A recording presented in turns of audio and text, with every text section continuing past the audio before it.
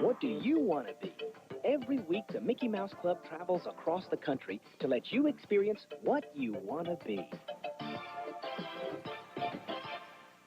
14-year-old Stephanie Ferguson of Zionsville, Indiana, is crazy about horses and has been riding since she was 8. She wants to be a jockey, so on today's What I Want to Be, we sent Stephanie to spend a day with a professional jockey, but not just any jockey. That's right. Stephanie got to go to the track with one of the best in the world, jockey Chris McCarron, voted Jockey of the Decade.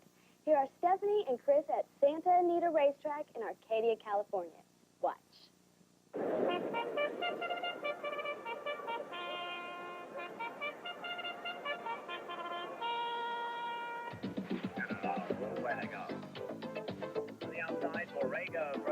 Chris McCarron is one of the best jockeys in the world.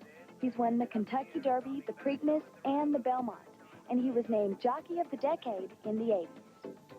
Hi, Stephanie. How are you? Hi, how are you? So nice to meet you today. Thank you. Nice to meet you, too. I'd like to become a jockey because I just like to run horses, and it's fun. 14-year-old Stephanie Ferguson is an experienced horse rider, but eventually she wants to be a jockey. And there's no better teacher than Chris McCarron, who's getting ready for a busy day of racing at Santa Anita outside Los Angeles. There are a few different reasons why the jockeys come out in the mornings here to exercise these horses. Number one, the trainer feels it's necessary to have a jockey on the horse's back because he wants the horse to go right along in a nice, fast workout. Other reasons are that the trainer wants the jockey to become familiar with the horse that he's going to ride. It gives you a good opportunity to familiarize yourself with the animal. Next, Stephanie watched as Chris began to work the horses he'll be riding.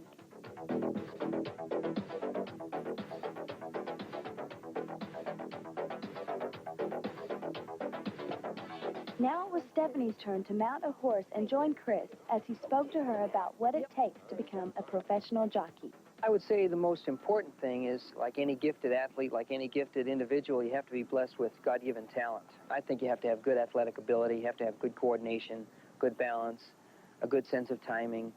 It's quite a feeling of thrust when you leave the starting gate, and it's really exciting. That's probably the most exciting part about the whole thing, is that first jump out of the gate. It's quite a great feeling. It's a great feeling that has its risks. Chris has fallen many times, but never as badly as in '89 at Santa Anita. I've broken my leg and I've broken my back and had some fractured ribs and so forth, but knock on wood, I've never had anything really serious. We just concentrate on the job at hand and try to have as much fun as we can. In the 15 years he's been riding, Chris's favorite horse is Sunday Silence, that won the Kentucky Derby and the Preakness. Not too many people get to feed Sunday Silence a piece of candy. Now Sunday Silence is breeding new thoroughbreds for a price. You can go home and tell your friends you fed a piece of candy to a horse that's worth about $20 million. What are the characteristics that make a good jockey? You have to have the desire to want to work hard.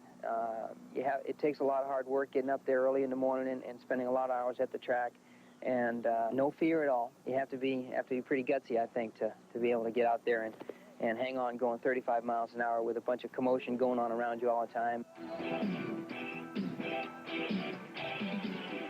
It was one of the neatest days of my life because this was a chance of a lifetime. Not everybody gets to do this, and I just consider myself really lucky, and I just really appreciate it.